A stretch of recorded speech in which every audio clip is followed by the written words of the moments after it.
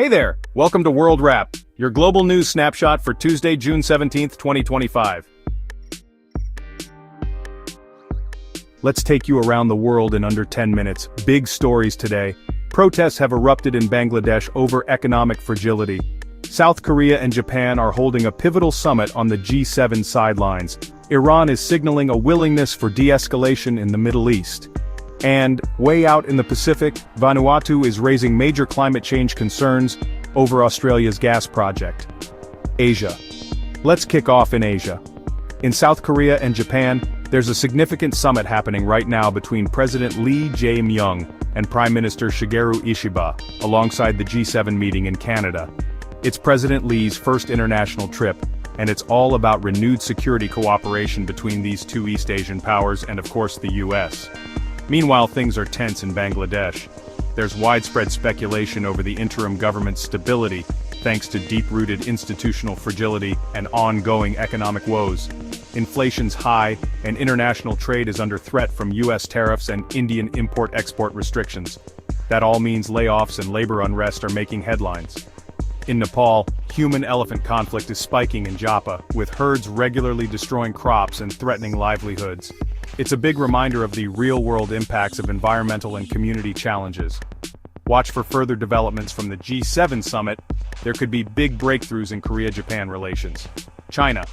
Over in China, the Ministry of Foreign Affairs is saying its rare earth export controls are totally above board, aligned with international practices, non-discriminatory, and not aimed at any one country. This comes as some foreign companies, especially Japanese automaker Suzuki, report possible supply chain issues. Bottom line, Beijing's flexing its strategic control over critical minerals, and that matters for tech industries and supply chains everywhere. Africa. Now, to Africa. From Ethiopia, the Tigray People's Liberation Front is slamming the Electoral Commission's move to withdraw its political party status, calling it a serious threat to the peace deal that ended 2 years of conflict. And in Somalia, international partners are ramping up efforts to counter al-Shabaab, especially with the African Union peacekeeping mission looking to nearly double troop numbers. Security remains a huge challenge in the Horn of Africa. Pacific and Oceania. Down under, Australia and New Zealand are doubling down on ocean sustainability, putting big investment into the Pacific Resilience Facility. But there's tension. Vanuatu's climate minister is not happy about Australia extending its massive LNG project, and that's raising eyebrows about Australia's plans to co-host COP31 with the Pacific. So the battle between fossil fuels and climate commitments is very much alive. Middle East. In the Middle East, Iran is reportedly looking to de-escalate and rejoin nuclear talks, but only if the US stays out of Israeli military operations. This comes after recent missile exchanges and military strikes that sent oil prices spiking and triggered fresh fears of regional instability.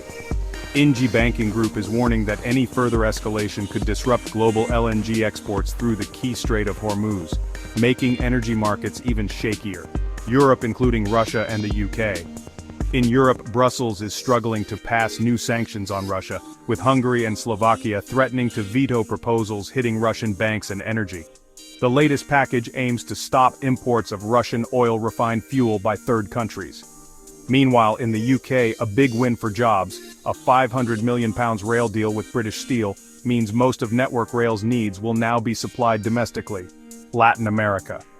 In Latin America, it's quieter on the IMF and populist comeback fronts, but talks about trade corridors and shifting alliances are ongoing.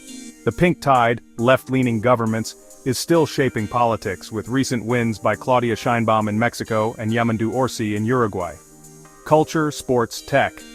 In tech, the Cannes Lions 2025 festival is in full swing, spotlighting the creative industry's new direction and the growing power of emerging markets, especially India. AI is the star of the show, not just for creative output, but for solving problems faster and smarter in everything from media planning to personalized campaigns. Expect some big awards for AI as a strategic partner. Outro music fades in. That's World Wrap for Tuesday, June 17th, 2025. Like, follow, and subscribe for your no-noise daily download from around the world. I'll be back tomorrow. Same time, same globe.